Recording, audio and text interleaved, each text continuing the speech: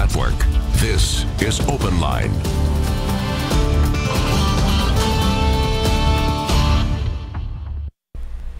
Good evening, everyone. Welcome to News Channel 5 Plus for a segment of our Open Line tonight where we are asking the experts. If you or someone you know has ever struggled with mental health or addiction issues, feel free to call in tonight. That is our topic, and we're talking with the experts tonight of Foundations Recovery Network. And my special guest joining me this evening is Siobhan Morse. She is the Division Director of Clinical Services. Siobhan, thank you for joining us again. Thank you for having me. Thank you. Happy to have you back. Yeah, it's great. Now, last time we talked about a lot, again, that main topic tonight, struggling with addiction or mental health. And of course, the thing about Open Line is we always want to encourage you to join in on our conversation this evening. The number is right there on your screen. You can talk to Siobhan, ask any questions you may have.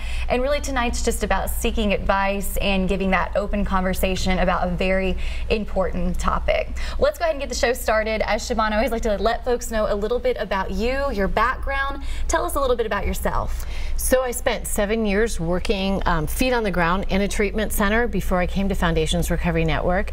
And at Foundations Recovery Network, as the Division Director of Addiction Services, I get to hold our system of care. It's a great honor for me. We have a network-wide system of care such that we lay a foundation for all of our different treatment centers to provide the highest quality of dual diagnosis care. And I feel really confident in that because I also get to hold our research product. So one of the other things that I get to do is look at the long-term outcomes of our patients. We're able to reach a very high percentage, over 60% of our patients 1 year after treatment, and look at exactly how they're doing and how well their outcomes are. Let's tell folks a little bit about Foundations Recovery Network. You obviously have several locations in the area. Let's talk about what they do and where they're located.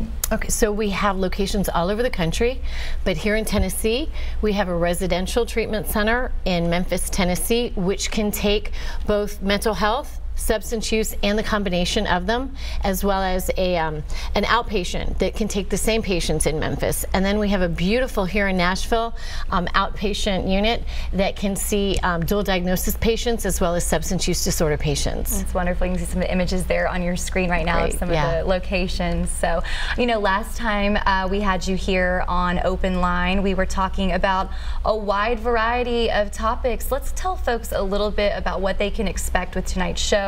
Briefly go over some of the things we're going to touch base on this evening. A lot of things like last time. Yeah, great.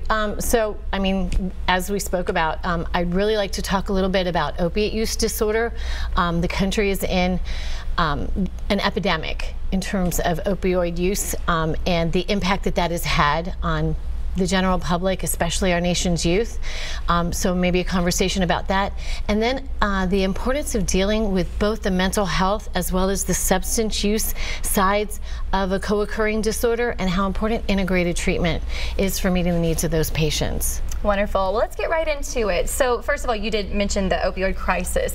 That's been something that we were going to talk about tonight. We can start the show off with that this evening. Let's dive right into that topic. Great. So let's see, probably 40 years or so ago, I mean, we'll just do a little bit of the history. So about 40 years ago, we didn't prescribe a lot of opioids to pain patients. And you know, morphine was sort of off limits, and the pendulum was way over on one side. As younger doctors came through, and as we became more of a, let's say, a patient-centered care focused in healthcare, we began realizing that pain management was really important.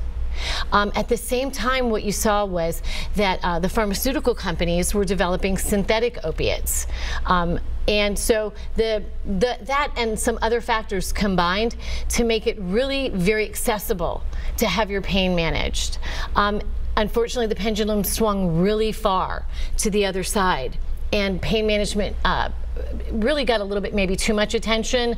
Anybody with any level of pain was getting long-term prescriptions, you know, 2-week, 30-day prescriptions for medications that a side effect of the medication is the experience of dependence on the medication.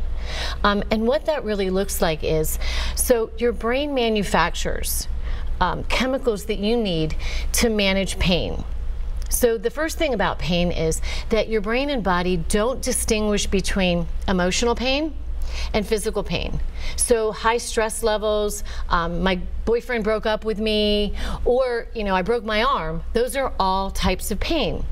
When you use an outside substance, a synthetic opioid, to manage pain, your body stops making those natural substances. At least it doesn't make them as efficiently, let's say.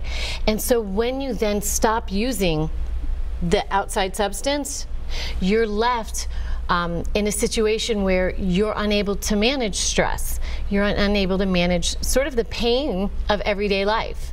And so what we saw is, as a result of overprescribing, a great number of people, again, especially our youth, right? Our best athletes who would get injured, who became dependent on these medications. And nobody really explained to them that when you stop taking this, when your knee gets better or when your back gets better, when you stop taking these, we're going to have to taper you off of this medication, and we're going to have to work together to get you back to your normal level of functioning. And that kind of tells the story of how the addiction begins. The story's different for everyone. Absolutely. Let's go into why this is so very dangerous and why the addiction begins for most. How does it start? There are so many factors that that can play into the development of an addiction disorder. But when we're looking at in general, the opioid crisis that we have right now, a lot of that had to do with people with legitimate pain concerns.